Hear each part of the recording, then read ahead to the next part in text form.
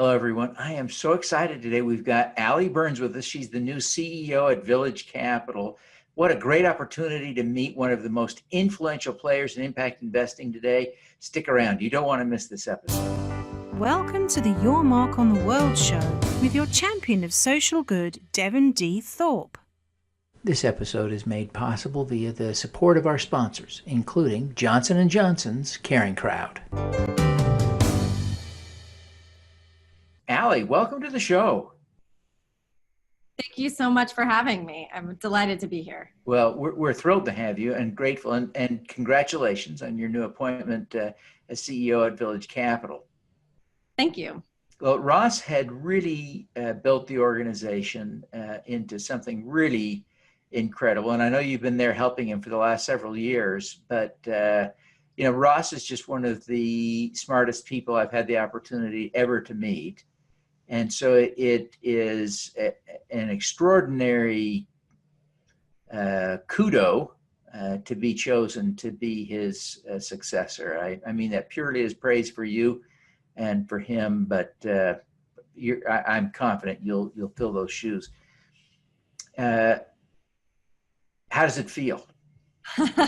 Thank you. It's definitely a daunting prospect to come in, in the shoes and try to fill the shoes of someone like Ross Baird. I actually met Ross, probably 5 or 6 years ago, about 3 years before I joined Village Capital. I was working for Steve and Jean Case, and the Cases had actually put capital into the VilCap Investments Fund. And so I got to know Ross on the Rise of the Rest tour, which we helped launch at Revolution. And I was immediately struck by the mission of Village Capital. I actually had then had a chance to go to Nairobi and spend some time with one of the Village Capital cohorts. And at that time, I knew I wanted to be more of a part of an organization that was doing something like this. But I didn't imagine, 2.5 years ago coming into this organization that I'd be sitting in this seat as CEO, but I'm really excited about where we're going as an organization. And Ross certainly remains a big part as a board member and founder of how we're thinking about our direction going forward. Well, it is an incredible organization, and you had a couple of tips you wanted to share, and I really appreciate you, preparing thoughtfully. But your first tip is to investors to look beyond equity. Why do you think it's important for investors to consider alternatives to equity, and what alternatives should they be considering?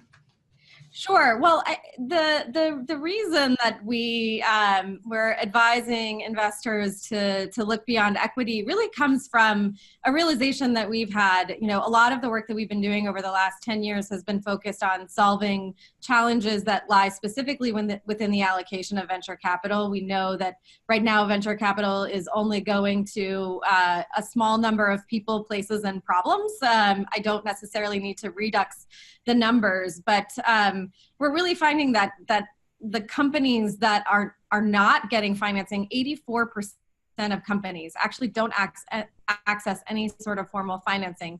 And what that means is a lot of the companies who are trying to solve these really hard systemic problems are being overlooked because they have different types of growth trajectories than a typical sort of hockey stick venture backable business.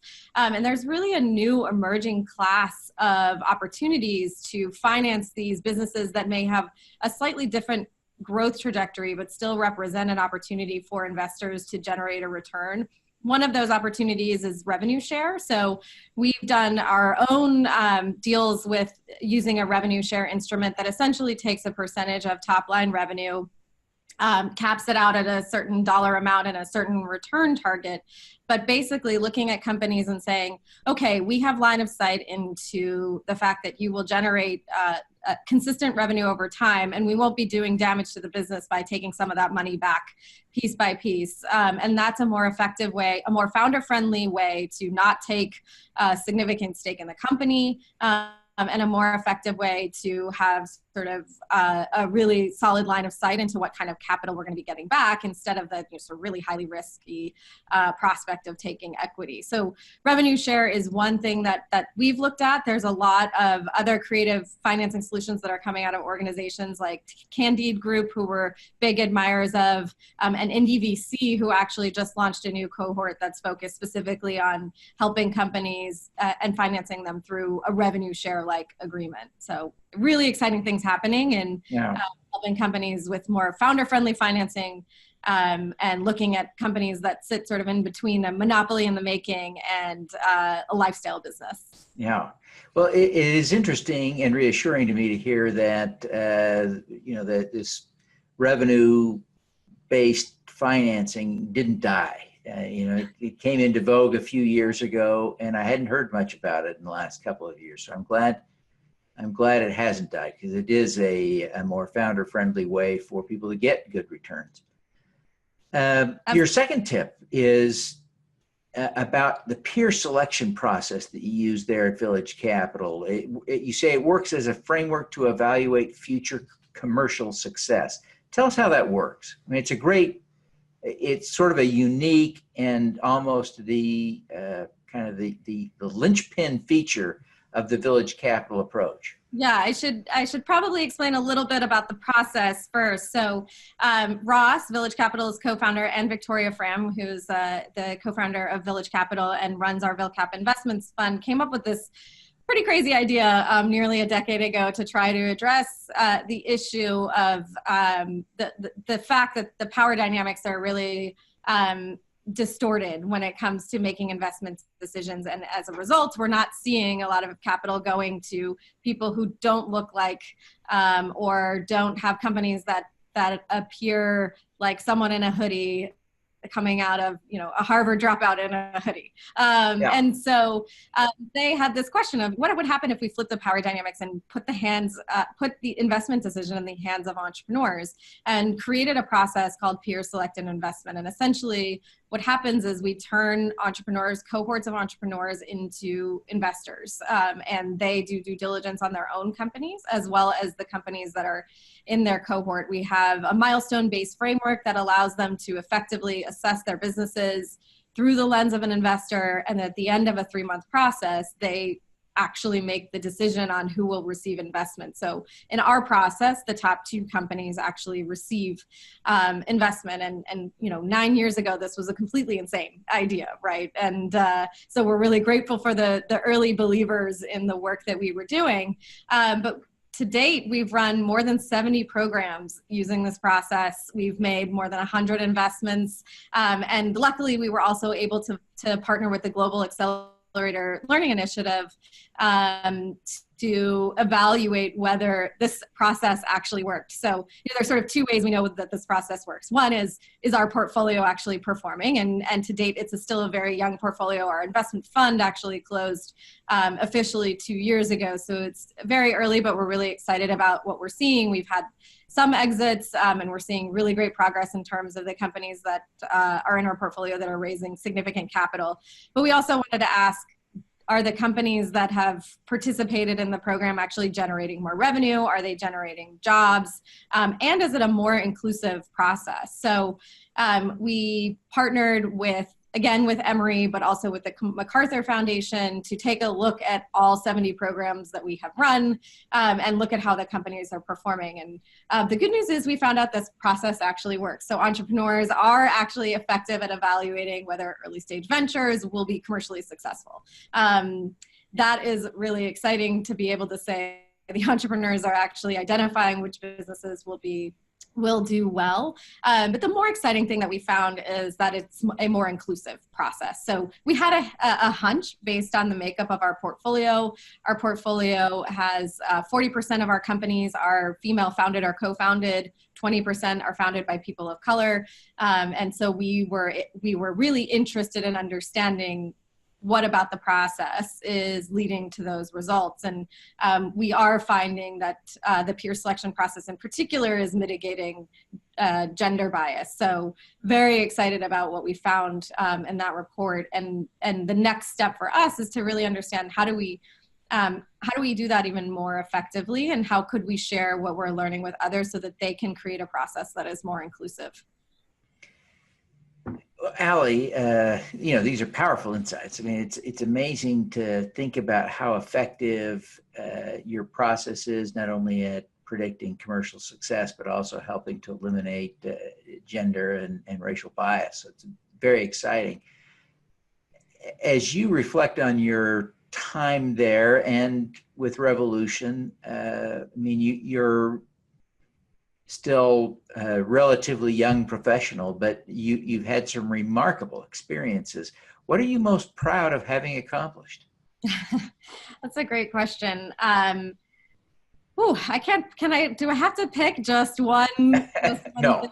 Well, first of all, all you want. calling me relatively young. I should say that first. I appreciate that. I think it's a body of work, and that's what's culminated in me being in this role in Village Capital. I cannot say enough what a privilege it was to work with Steve and Jean Case. I mean, the transformational thinking that they're bringing both to the impact investing space and the broader venture investing space has been so influential in my career. And so I'm particularly proud of the work that we did launching the Startup America Partnership, which really sort of revitalized the idea of how do we bring entrepreneurship back to places outside of Silicon Valley. And that led to the work that we did with the Rise of the Rest initiative, which has been amazing to see how that has grown, particularly over the last couple of years, and the level of attention and enthusiasm and the way that work has performed. And coming to Village Capital and really being part of an organization that is doing really transformational things.